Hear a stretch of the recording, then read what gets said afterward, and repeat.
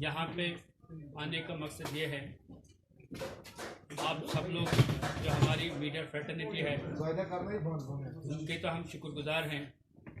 जो हमारा scheme self help group of engineer scheme थी, लेकिन शायद कुछ हमारे जो यहाँ पे फ्रेंड्स हैं उनको इस स्कीम के बारे में नॉलेज नहीं होगी कि ये स्कीम किस बुनियाद पे बन गई थी, किस लिए बनाई गई थी और कब बन गई थी।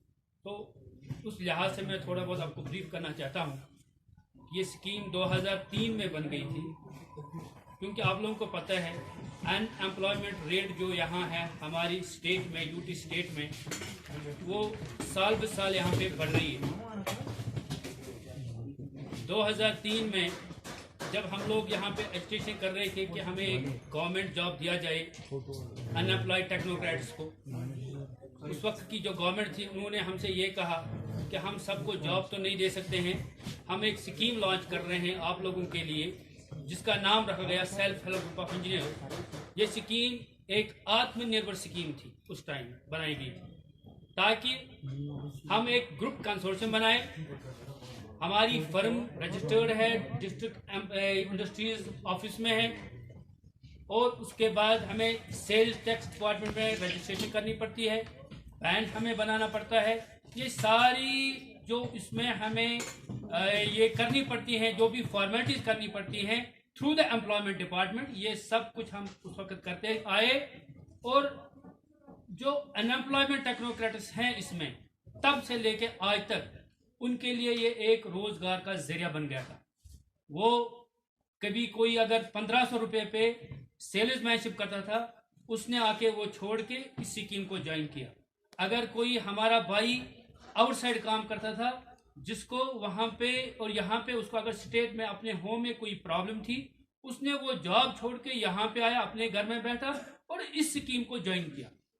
तो आज तक इस स्कीम में तकरीबन कम से कम 10,000 लड़के एंगेज्ड है।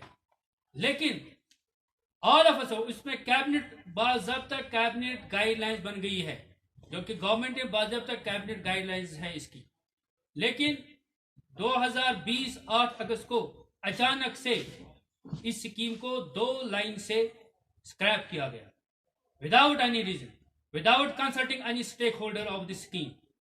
ये हमने उस टाइम उसी वक्त हम सड़कों पे आ गए और आप लोगों ने भी इसको उछाला। हर एक ऑफिसर के पास, चाहे वो लेफ्टिनेंट गवर्नर है, एडवाइजर है, उनके सामने हमने कोशिश की जाने की, लेकिन अनफॉर्चुनेटली हमें यह समझ नहीं आ रहा है कि लेफ्टिनेंट गवर्नर साहब हमें क्यों नहीं मिल रहे हैं। क्या उनको शायद इल्म है कि ये जो हुआ है ये गलत हुआ है? जो ये अनएम्प्लॉयड यूथ है जिसके लिए वो कह रहे हैं कि हम आए हैं यहाँ पे डेवलपमेंट करने के लिए, हम यहाँ पे अनएम्प्लॉयड यूथ को एम्प्लॉयमेंट देना चाहते हैं। आपको पता ही होगा रिसेंटली 6 फरवरी को हमारे लेफ्टिनेंट गवर्नर साहब ने हार्वर्ड इंडिया यूएस इनिशिएटिव की उन्होंने जो एड्रेस दिया उसमें उन्होंने कहा, I want to give the job opportunities around 80% of the youth and he quote the Chanakya कि youth is the biggest power. अगर यूथ बिगेस्ट पावर है तो हमारे साथ नाइंसाफी क्यों हो गई?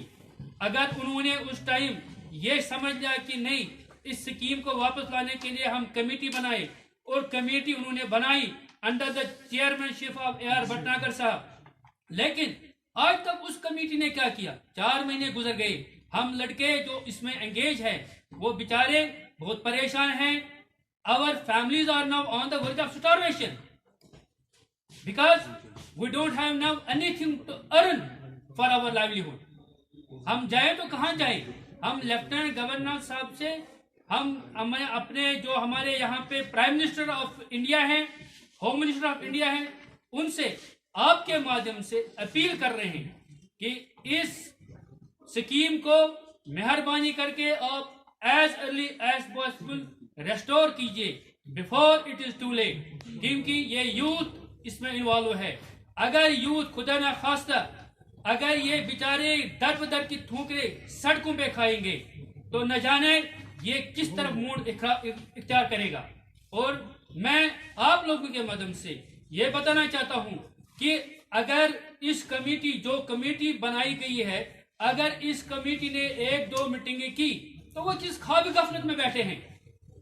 اگر انہوں نے ایچ او ڈیز جو ہے ڈپارٹمنٹ سے انہوں نے رپورٹ منگوائے کہ آپ ہمیں بتائے what are the performances of these group, these engineers, these technocrats who have worked since 20 years in this scheme.